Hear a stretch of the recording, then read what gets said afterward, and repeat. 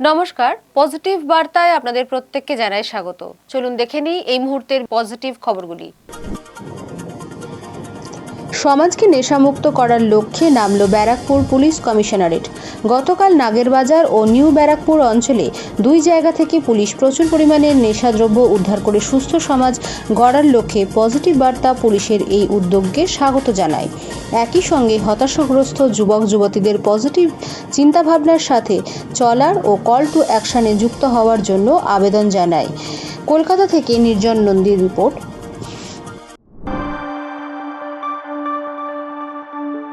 You are watching Positive Barta platform.